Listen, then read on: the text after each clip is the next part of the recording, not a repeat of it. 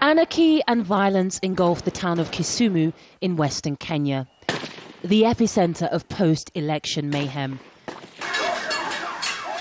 Angry people on an orgy of burning and looting. Hundreds lay dead in the aftermath. 2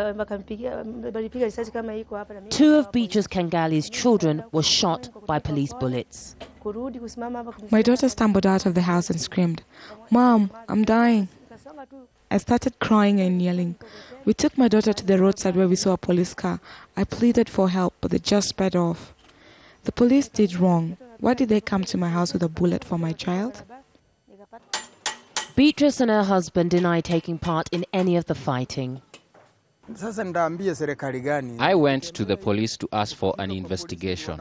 I was told to take my daughter's body away and get out of the police station, unless I wanted to be shot too.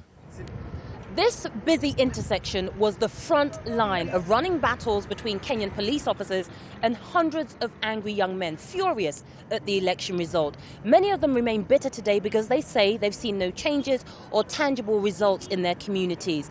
But they also stand by some of the violence they engaged in. Young men like Patrick Orwa, a minibus driver. He wears his injuries from the violence almost like a badge of honor. I looted and rioted because I wanted my right. Look, when people were voting, we voted for a reason. Because we needed a change. We needed to send a message that poor people's votes matter. I admit the violence has taken us back. People continue to languish in poverty. I'm still poor, but I do not regret what I did. Police in Kisumu have been accused of using excessive force. This video shows what appears to be an officer hitting his target. But the district's most senior police officer denies such allegations.